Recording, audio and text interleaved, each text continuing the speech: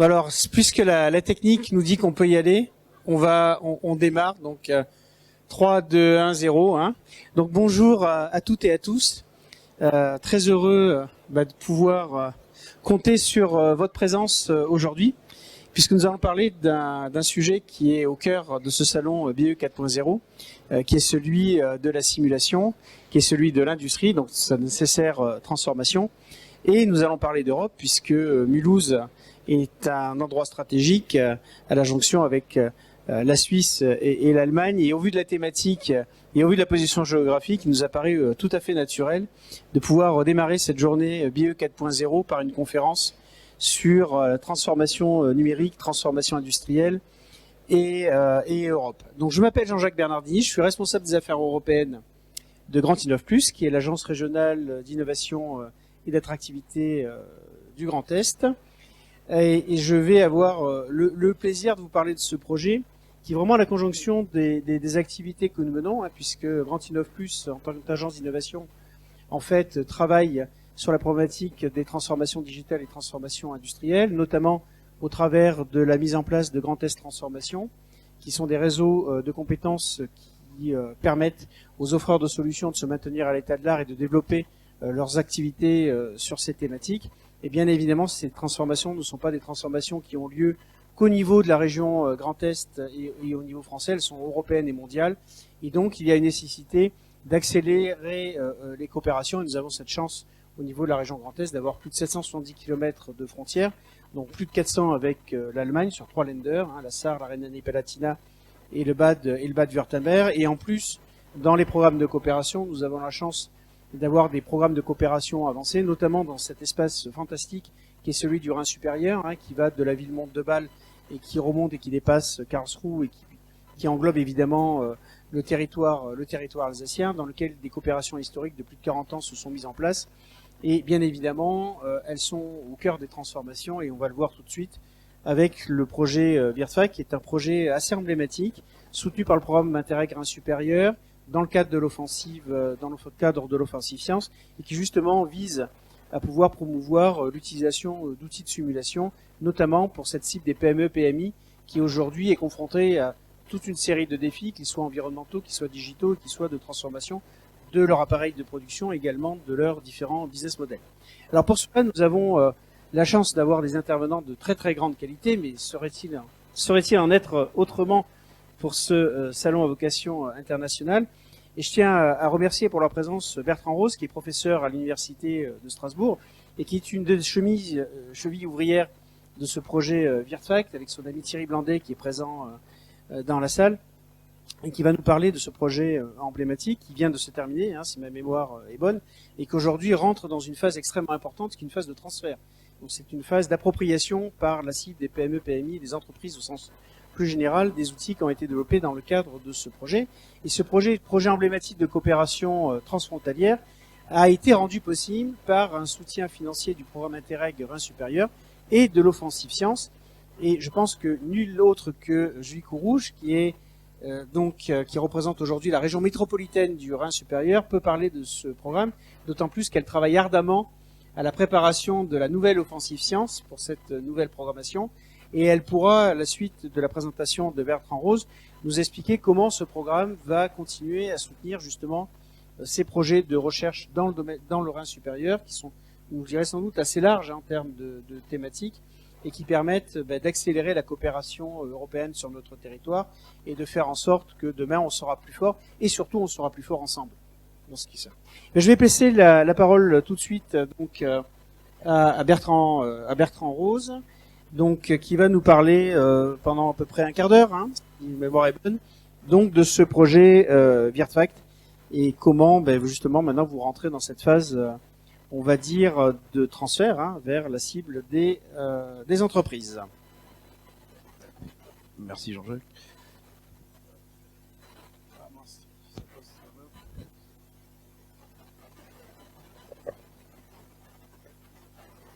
Alors, est-ce que le signal est bon ?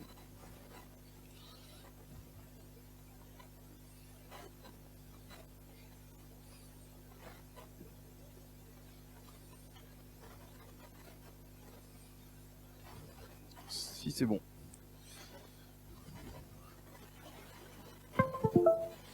c'est bon, c'est bon. Je vais rester assis parce que j'ai des problèmes de vue pour lire les slides sinon. Donc, merci beaucoup Jean-Jacques pour cette introduction. Donc, je vais vous parler effectivement du projet VirtFac. Le projet VirtFac, pour Virtual Innovative Real Time Factory. C'est un projet qui s'est terminé effectivement il y a quelques semaines. Hein. On a eu le kick-off meeting qui s'est déroulé fin septembre et depuis kick-off meeting, excusez-moi. Et donc, je vais rapidement vous présenter les tenants et aboutissants de ce projet. Donc, l'objectif général du projet, c'était avant tout et surtout d'avoir un certain nombre de solutions qui se voulaient accessibles pour le tissu des PME, PMI en termes de simulation et de conception des systèmes de production orientés, bien sûr, Industrie 4.0. Donc, l'objectif d'accessibilité était effectivement le maître mot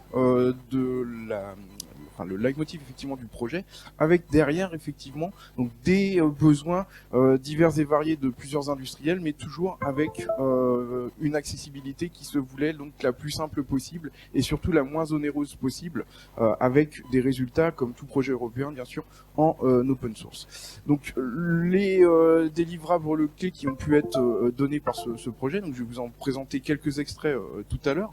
C'était avant tout et surtout un vrai jumeau numérique et non pas une simple ombre numérique, donc avoir une relation bijective entre donc le modèle numérique et la réalité terrain, donc dans les deux sens et non pas de l'un vers l'autre ou de l'autre vers l'un. Et puis bien sûr un transfert à destination du tissu de PME PMI à travers ces sources gratuites et disponibles.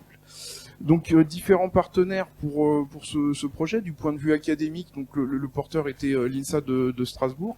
Du côté allemand, on avait la Hochschule d'Offenbourg et puis l'université de Strasbourg avec donc différents collègues notamment rassemblés au sein du laboratoire eCube qui était partie prenante en tant que chercheur dans ce projet. Donc un certain nombre d'industriels effectivement ont pu être partenaires associés dans ce projet, des éditeurs logiciels, côté allemand notamment, des terrains d'expérimentation, que ce soit par exemple Socomec ou Siemens côté français, et puis aussi des pourvoyeurs de données, notamment Altran 4 Gemini Est, pour ce qui est effectivement d'un certain nombre de données qui ont pu être fournies, notamment aux collègues chercheurs. Alors l'objectif, bien sûr, ça s'arrête pas à la digitalisation, mais il s'agit bien derrière d'aller au-delà vers une optimisation de ces différents éléments et notamment l'amélioration des postures de manière à aller vers une ergonomie qui soit améliorée pour pouvoir avoir derrière donc une réduction des maladies professionnelles potentiellement et donc une aide à la décision par rapport à ces différentes positions qui peuvent être proposées par le logiciel. Bien sûr, en ayant toujours une vision d'attirer les industriels derrière, c'est pas un pur produit de recherche. Vous allez voir aussi par rapport aux différents contacts qu'on a pu avoir à la suite du projet. Donc, un certain nombre d'objectifs par rapport à l'acquisition effectivement des différents éléments de l'employé, de l'analyse de ses gestes et mouvements, des recherches donc d'amélioration de ces différents gestes, implémentés dans un contexte de réalité virtuelle pour pouvoir avoir aussi dans ce contexte de réalité virtuelle cette amélioration et cette amélioration ergonomique globale de la station de travail. Donc comment procède-t-on globalement? Donc on part d'un design original en CAO et donc à partir de cette conception CAO, donc on a vraiment beaucoup de données à disposition, des niveaux de détail qui peuvent être relativement précis et la nécessité d'adapter un certain nombre de domaines pour pouvoir être basé sur des interactions beaucoup plus fines. Donc il y a une phase de redesign donc du poste de travail partir de composants principaux donc de la station de travail en elle-même, donc à base de différents types de scanning, hein, que ce soit à partir d'une caméra RGB, d'un scanner 3D et basé aussi sur de la photogrammétrie. Donc c'était ce qui a été réalisé notamment sur le premier démonstrateur qu'on a pu réaliser dans le cadre du projet, qui était un démonstrateur à l'IUT de Haguenau sur une usine école qui existe là-bas, et donc on a pu donc numériser les différents postes de travail pour pouvoir avoir une première approche donc 3D de la ligne existante et travailler donc dans cette maquette numérique à partir de ces premières analyses et ces premiers scans. Donc par rapport à notre travailleur en lui-même, bien sûr, l'objectif c'est d'éviter tout ce qui est en priorité troubles musculo-squelettiques, mais également aussi donc de pouvoir automatiser des techniques, on va dire classiques, d'analyse des positions ergonomiques, à savoir la mesure des différents angles, des différents membres ou des différents actionneurs de la personne. Donc par rapport à cela, effectivement, l'automatisation de ce que l'on peut voir donc ici à l'écran, c'était nécessaire pour pouvoir gagner en productivité, gagner en efficience sur comment définir les positions qui pouvaient être potentiellement pathogènes, comment définir les différents membres qui pouvaient être potentiellement donc soumis à des troubles musculo-squelettiques, et donc comment on pouvait derrière améliorer donc ces situations. Donc il y a bien sûr différents moyens pour pouvoir arriver à cette digitalisation des gestes. Donc il y a un état de l'art qui avait pu être fait par rapport à ce qui pouvait exister, donc en stéréovision, à part de caméras RGB. Le problème globalement, c'est qu'on a une vue qui est systématiquement projetée avec du coup des angles de vision qui sont relativement limités et du coup une analyse qui s'en retrouve aussi potentiellement limitée. L'objectif que l'on a pu prendre était d'acquérir ces différentes données à l'aide d'une combinaison de captation des mouvements pour avoir une vision 3D et un spectre beaucoup plus large de ce qui pouvait exister avec un simple scanning usuel, on va dire. Donc ça permettait d'avoir des points de vue relativement fins, effectivement, que ce soit dans l'orientation des gestes, les positions relatives des différents membres par rapport au corps. Le souci étant que, comme tout capteur, il y avait du paramétrage et effectivement des facteurs d'interférence qui pouvaient arriver, qui nous ont pris pas mal de temps pour régler un certain nombre de problèmes techniques. Donc cette analyse des gestes, à partir de cette combinaison de captation, elle a pu être réalisée donc en prenant en compte notamment les différents angles de confort qui pouvaient exister dans des bases type celle de l'INRS pour pouvoir avoir derrière un feedback sur donc le travailleur virtuel avec donc une capacité à intégrer du coup ces différents angles de confort ou ces angles pathogènes sur le mannequin numérique.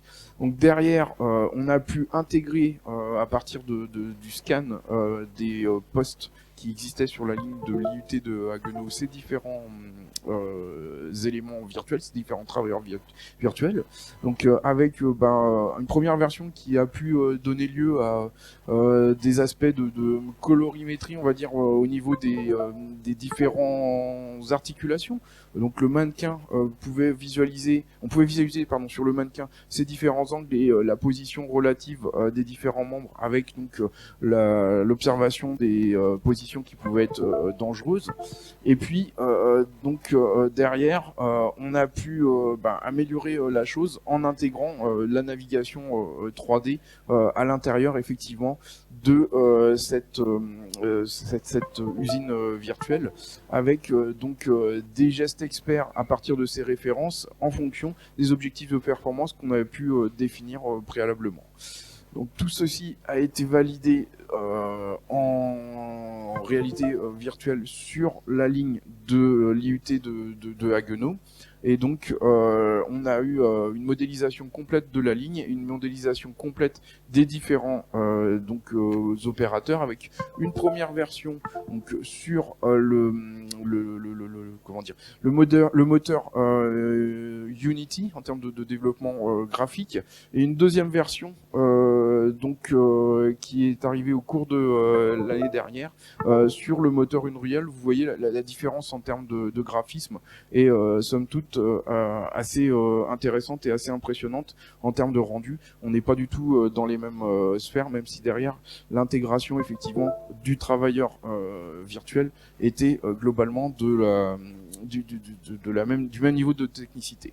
Alors on a aussi benchmarké ce qui pouvait exister au niveau des logiciels commerciaux, que ce soit en termes de capacité d'accès pour les PME, PMI, mais également aussi par rapport aux différentes fonctionnalités qui pouvaient exister sur ces différents aspects.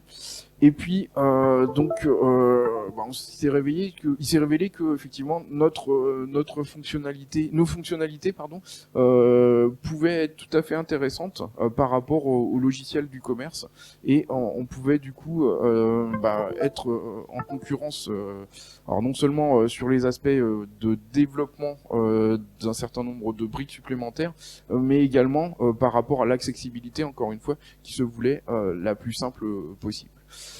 Donc un certain nombre d'exemples qui ont pu être réalisés dans l'analyse des gestes, donc bien sûr avec l'objectif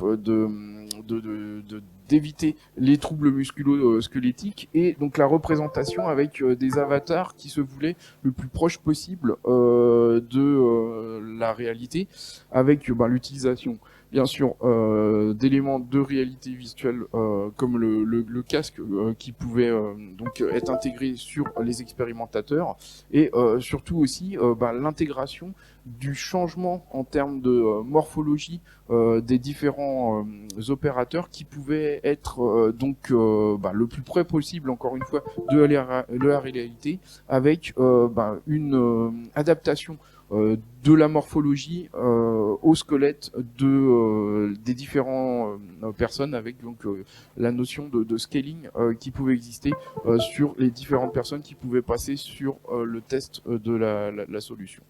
Donc on a pu du coup avoir une immersion qui était beaucoup plus réelle par rapport à la morphologie des différentes personnes, et des avatars qui se trouvaient au plus proche de la vision que pouvaient avoir les différents utilisateurs de leur propre morphologie.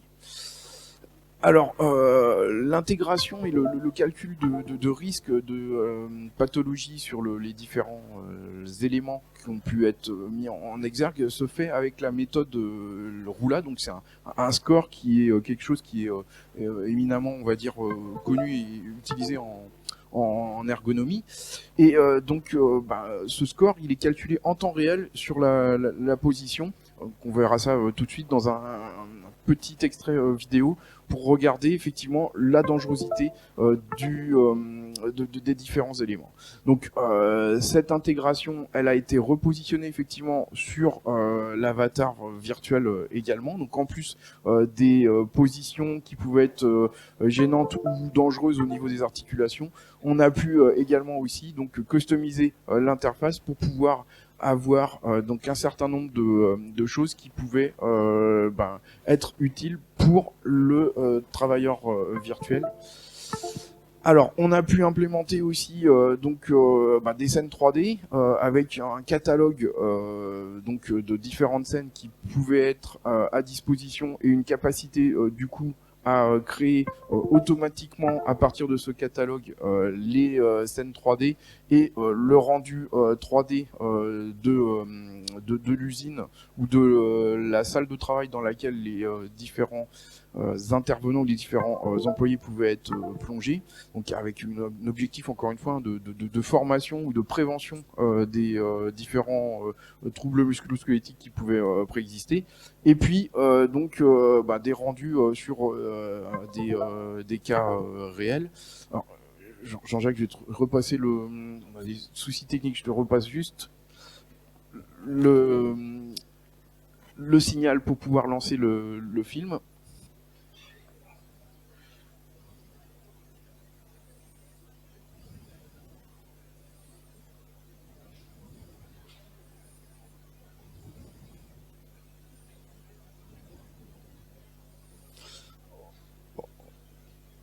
Parce que ça a pu se lancer.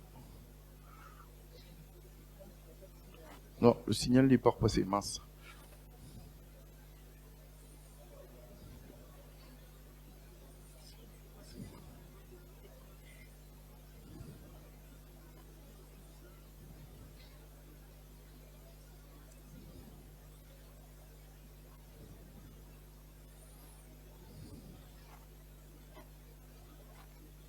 Ça marchait tout de suite.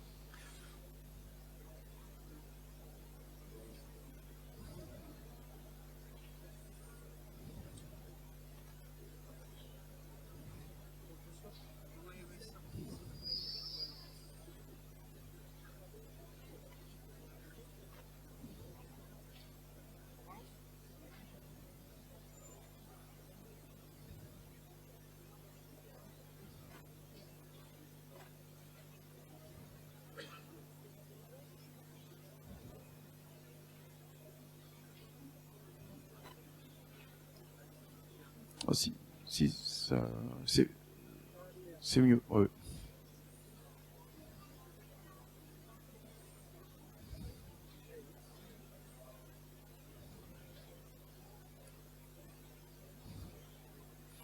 Non, parce que ce moment-là, ouais, faut peut-être passer sur l'autre écran, la vidéo.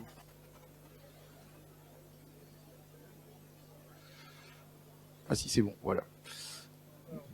Donc, ouais, on peut. Merci. On peut le remettre depuis le début. Donc, effectivement, une entreprise de Sarrion qui donc dans le domaine des armoires électriques qui a bien voulu se prêter au jeu pour pouvoir scanner, donc, comme on le voit en haut à gauche donc de l'écran, scanner effectivement un travailleur virtuel. Donc, il y a une toute petite étape de calage à l'aide de l'interface de combinaison de captation de mouvement.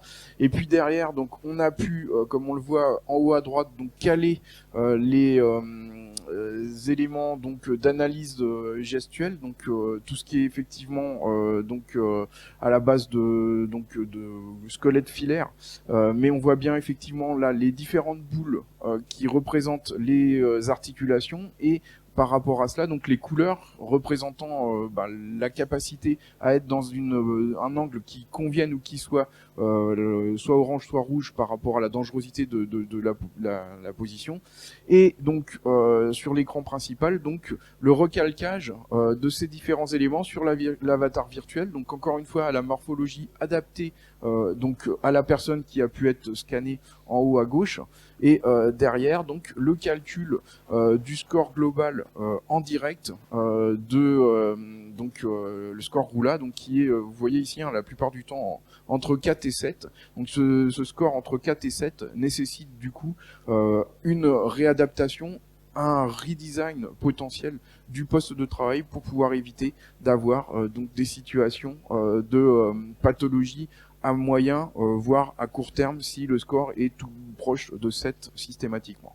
Donc derrière l'objectif par rapport à cette entreprise, c'est d'intégrer automatiquement donc un recalage, notamment des hauteurs de travail, du poste de travail, donc hauteur de la table, hauteur des différents bacs dans lesquels vont être pris les différentes pièces à assembler, pour pouvoir à partir d'une intelligence artificielle donc pouvoir descendre automatiquement le score Roula par rapport à ce qui existe à l'heure actuelle.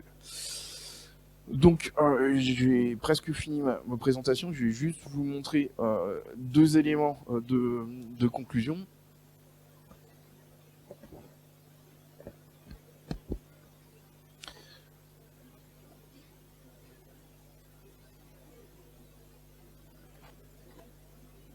Hop, on va juste le re-switcher.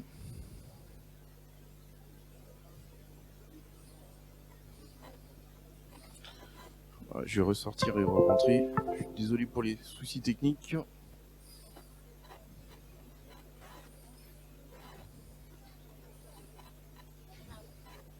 Voilà. Donc le lien effectivement avec le design layout en automatique, il nous reste encore un petit peu de travail sur ces aspects-là.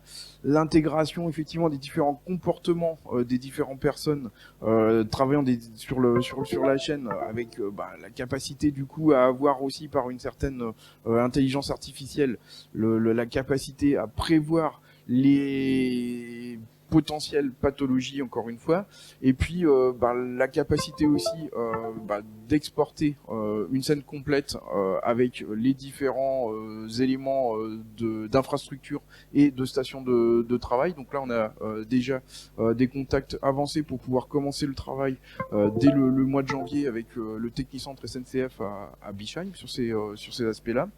Et puis l'utilisation de différents algorithmes pour pouvoir utiliser les différentes positions.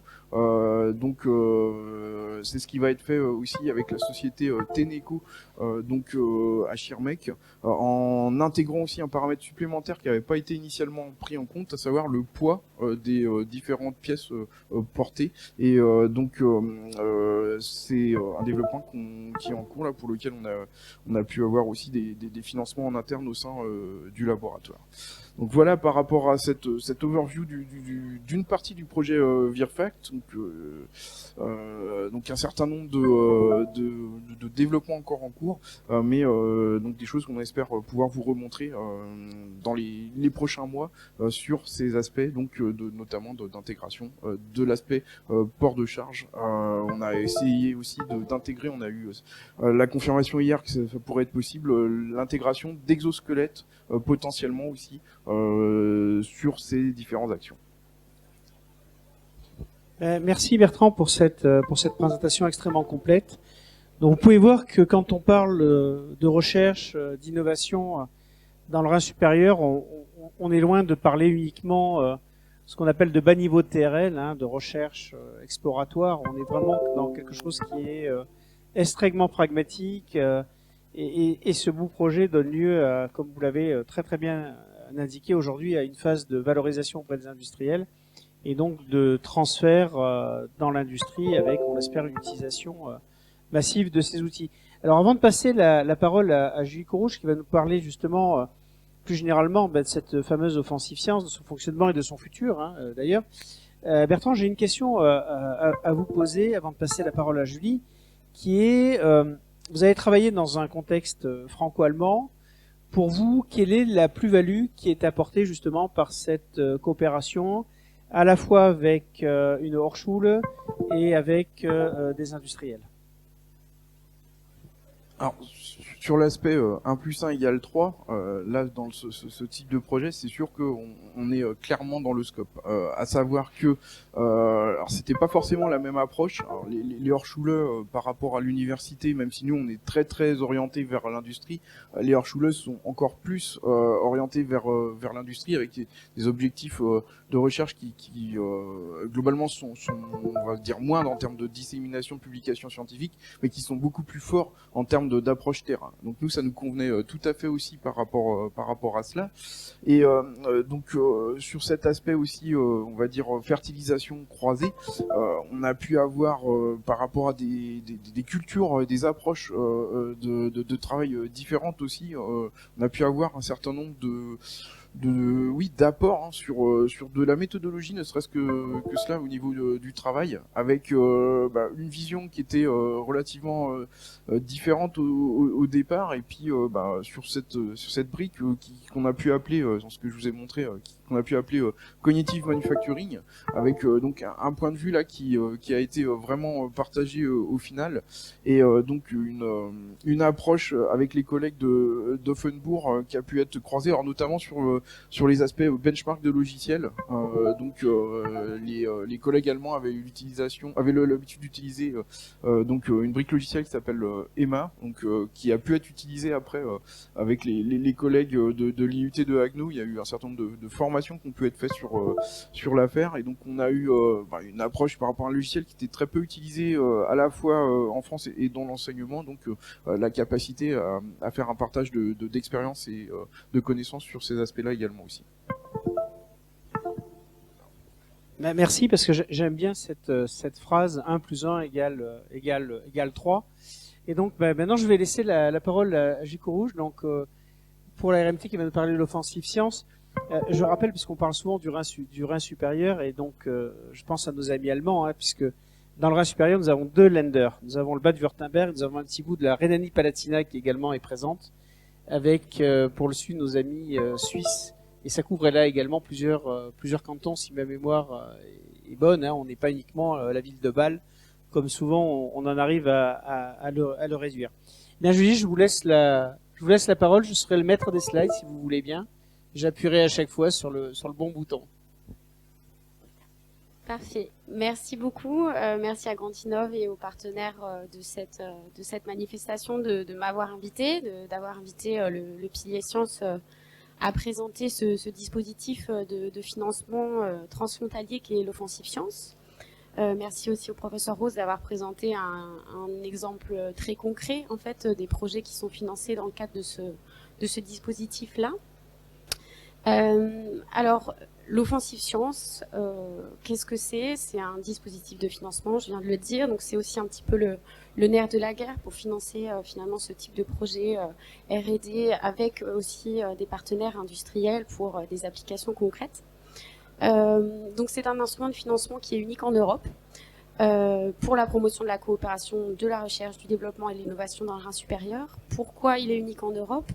Il est aussi surtout unique en Europe parce qu'il s'appuie sur la réalité de notre région du Rhin supérieur que vient de présenter rapidement Jean-Jacques et que vous voyez sur la carte, et qui fait qu'on bénéficie ici d'une densité d'établissements d'enseignement supérieur et de recherche qui est unique en son genre, et qui aussi a pour vocation donc de servir aussi le développement économique de ce territoire frontalier.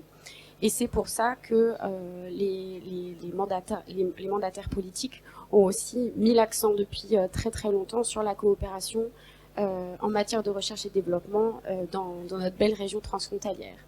Donc ce programme de financement, ce dispositif, il est accolé au programme Interreg, qui lui est un programme européen, donc de fonds structurels, qui a vocation à financer la coopération transfrontalière, donc dans des espaces dédiés. Ici, on est dans le Rhin supérieur, avec une petite partie de la Rhénanie-Palatinat, une partie du Bade-Württemberg, le côté alsacien de la région Grand Est, et puis les cantons suisses, 5 cantons suisses de la Suisse du Nord-Ouest qui participent aussi. Alors, non pas au titre du coup des fonds structurels européens, mais sur fonds propres, voilà, via des dispositifs qui sont propres à la Suisse. Le financement, puisque c'est aussi forcément ce qui est intéressant, donc le financement des fonds Interreg, des fonds structurels, ce sont donc des participations à hauteur de 50% en général du budget d'un projet. Alors des partenaires franco-allemands, les partenaires suisses reçoivent ce que je disais, un budget spécifique qui leur est propre. Et dans le cadre de l'Offensive Science, les partenaires de ces projets peuvent bénéficier de 25% de cofinancement en plus, donc ce qui monte la part de cofinancement européen et régional à 75%, et ce qui est forcément intéressant pour les porteurs et les partenaires de projets. Et ces 25% de cofinancement supplémentaires donc, sont mis à disposition des projets et des partenaires de projets par la région Grand Est et les 2 ministères de l'enseignement supérieur et de la recherche des 2 Länder, du Baden-Württemberg et de Rhénanie-Palatinat, qui font partie du coup de cet espace géographique transfrontalier. Et puis une petite spécificité aussi de l'Offensive Science par rapport à un projet financé dans le cadre des fonds structurels classiques FEDER, Interreg, Rhin supérieur, c'est que l'objectif c'est de financer des projets de qualité. Du coup, ces projets passent par une phase d'évaluation scientifique par des pairs, donc qui est organisée voilà, dans un cadre très précis avec les partenaires du programme Interreg, ce qui assure voilà, la qualité des projets qui sont sélectionnés et renforce aussi voilà, l'excellence du Rhin supérieur en matière de R&D. Voilà, et puis les partenaires, et c'est peut-être pas négligeable non plus, et les personnes ou les institutions qui sont intéressées pour déposer des projets disposent aussi de tout un dispositif d'accompagnement pour les aider à monter leurs projets. et après à les mettre en œuvre éventuellement. Donc ça peut aussi être, quand on n'est pas toujours très à l'aise avec avec les fonds structurels, les fonds européens. Il faut savoir que le programme Interreg travaille dans 2 langues, etc. Le pilier sciences, et donc dans le cadre de l'offensive sciences, donne un accompagnement très particulier à ces projets-là. Voilà pour les grandes lignes de l'offensive science. Ici, je vous ai mis quelques chiffres sur les périodes précédentes. Il faut savoir que c'est pas un outil nouveau. Donc, on a déjà lancé depuis 2011 3 appels à projets qui ont soutenu du coup 21 projets. Vous avez ici quelques chiffres également aussi sur le nombre d'établissements qui ont été financés.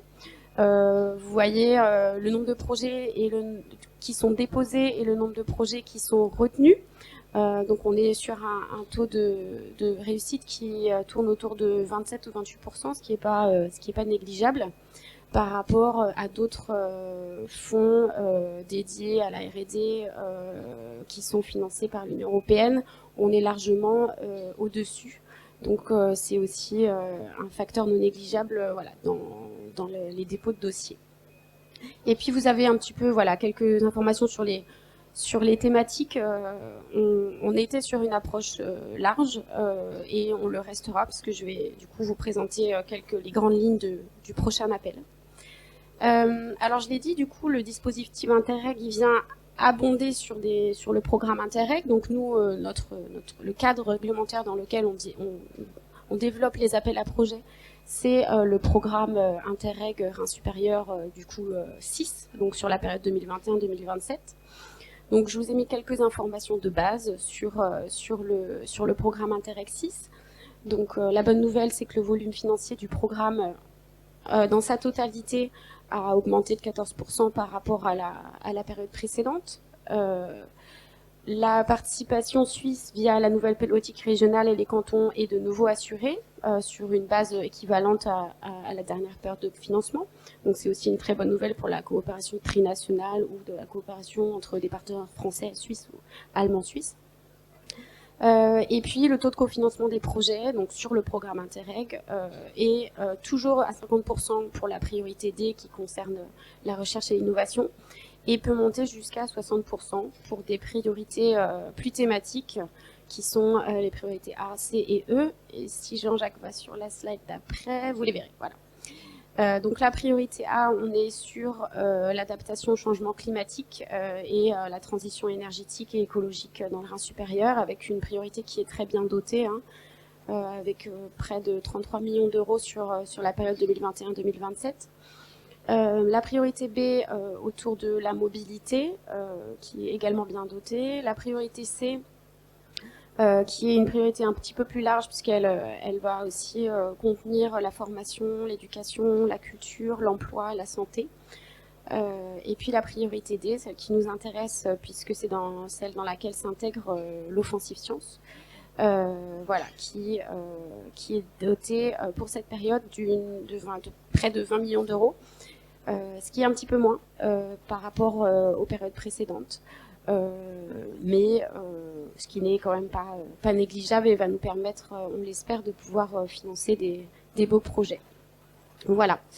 Vous avez quelques informations, c'est peut-être un peu petit, sur cette priorité D, et puis le type de projet et le type d'action qui pourrait être financé donc, dans le cadre de cette priorité. Mais je vais passer directement aux éléments structurants de l'offensive science 2021-2027.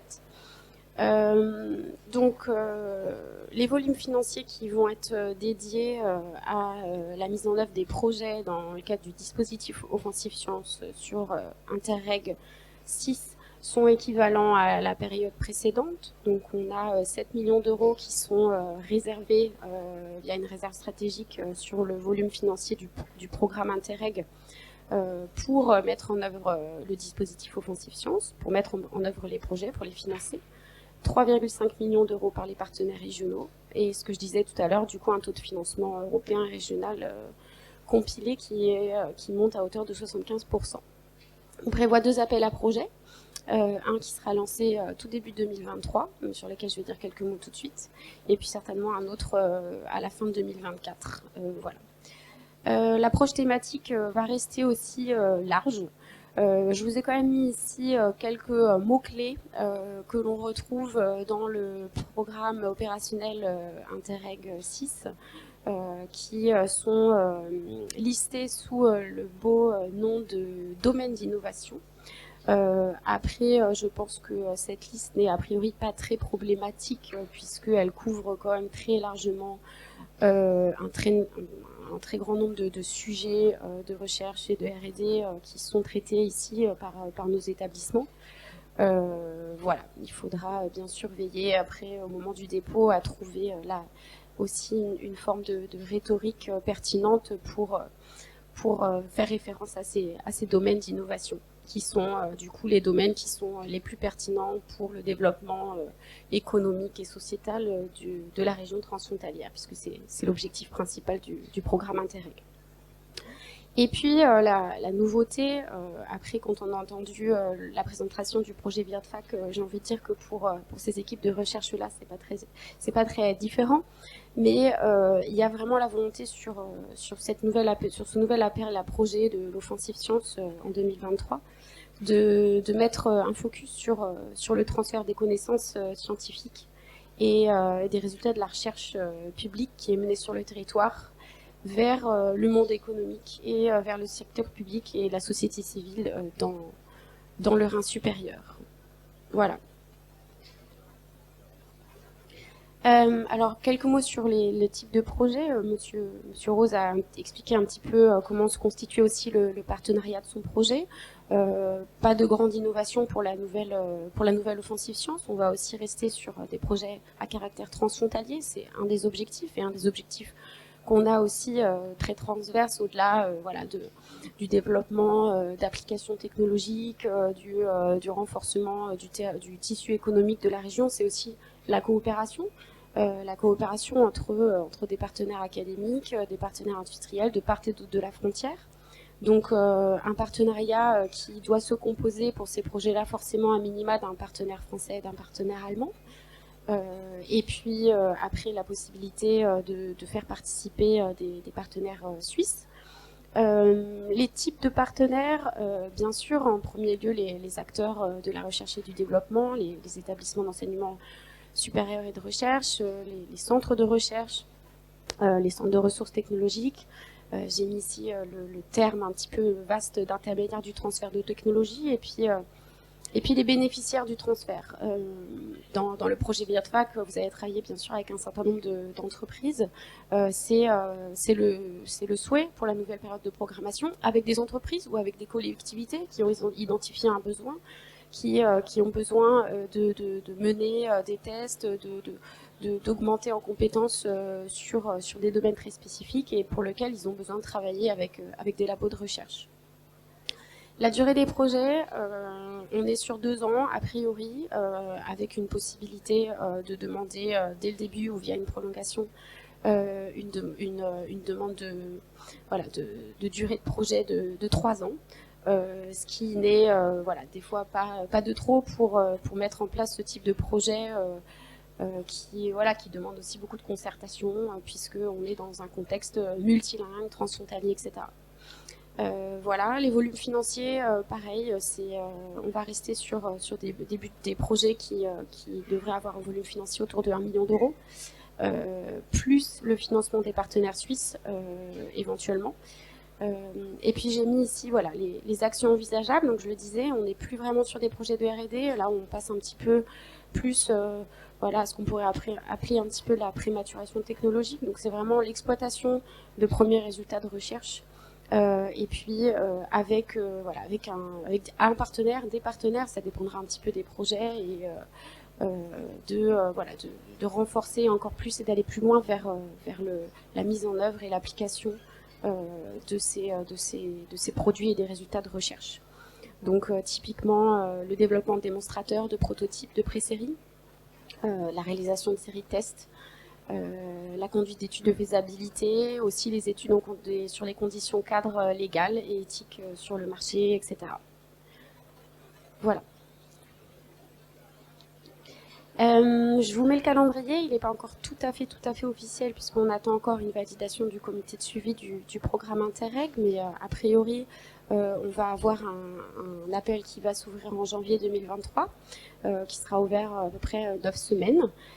Et puis, donc, qui sera ensuite évalué, comme je disais, sur la même logique que sur les périodes précédentes, une fois d'abord par des pairs, et puis ensuite aussi pour la dimension transfrontalière par le programme Interreg.